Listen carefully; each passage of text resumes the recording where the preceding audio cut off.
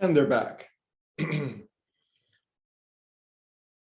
Well, the topic this week is what you can build your life upon that will never be kicked out from underneath you. And it's food for thought, is it not? So this is where the Eastern spiritual practice of detachment gets so much emphasis.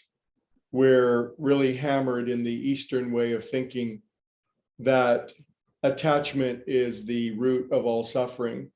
We get attached to the people, places, and things, the situations and arrangements of the world. And then there's like a personal or selfish insistence that they remain thus. And then when those situations inevitably erode or decay or degrade or disappear, the evil D words, then we're left bereft and we suffer. So we're taught over and over and over again in Eastern thought to detach, to be detached, detach, detach, detach. So the problem is that the Western mind wants nothing to do with detachment. The way that the Western mind is shaped is attach, attach, attach, attach, attach. Find things that you like and attach yourself to them. Attach strongly, attach with all that you have, and then hang on with all of your might, and then find other things to attach yourself to. And so it's these two competing worldviews. The Western mind judges the Eastern mind and says, well, if I just am detached all the time, I'll become aloof, indifferent, uninvolved. Life will lose its savor or its flavor. Life won't be interesting. And so I like to find the things that I like, and I like to emphasize and reinforce them and then enjoy them to the full. And of course, the Eastern mind looks at the pathetic Western mind and says, well, there's the cause of all of your suffering right there. You keep building your house upon shifting sands and landslides that are always going to give way. And so you're setting yourself up for the next disappointment after the next disappointment after the next disappointment. What's the answer to all this? Coffee, obviously. Tune in next week. Just kidding. The answer is, surprised no one's thought of this. Thank God we're here to figure this out. The answer is the proper blend and balance of attachment and detachment at the same time. As we become more and more skilled in meditation, we find this place inside of ourselves that is detached from the things of the world. A place inside of us that is always perfectly peaceful and unmoving is by nature uninvolved and disengaged from the things of the world. What does this mean?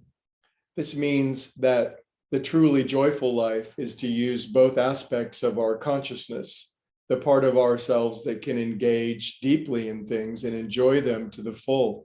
Who doesn't want to enjoy their grandchildren or their vacation or their wonderful craft or hobby or the joy of friends or the interest of a million different things?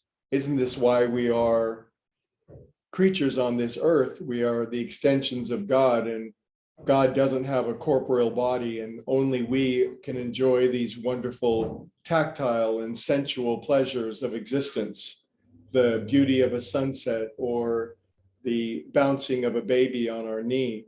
It's like, we don't want to be disengaged from that. We want to be engaged in that fully.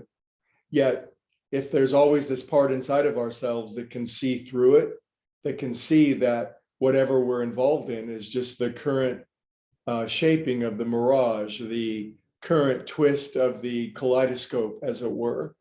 So simultaneously within us, there is a part of us that can enjoy to the full the arrangements and the engagements of the world in such a way that they fill us to the brim with happiness, and yet we always realize that our cup is so much bigger than that. And by cup, I mean consciousness itself.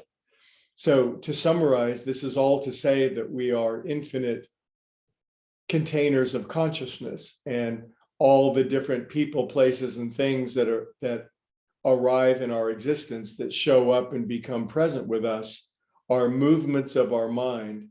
We are infinite consciousness, and that is shaped.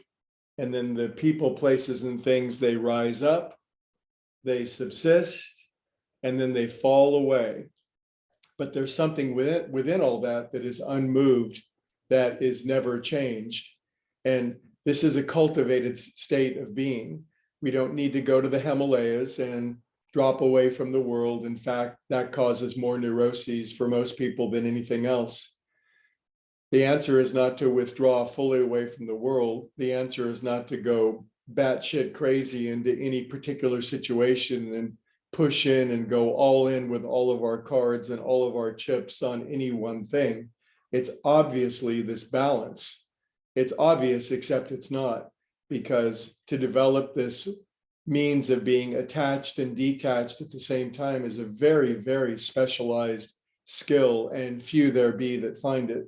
There's so much of scripture that's written around this. You can gain the world but lose your soul, et cetera, et cetera. I could cite 50 different examples of this admonition of spirit that tells us, enjoy the world, but don't put anything above your consciousness itself. We can talk about this tomorrow, but I hope we've looked at it at enough angles where we realize that in meditation, by gaining this access to this place of peace inside of us, that we will find a place that will never have the happiness kicked out from underneath us. And I bet each and every one of you has had that in ways very dramatic and very unpleasant.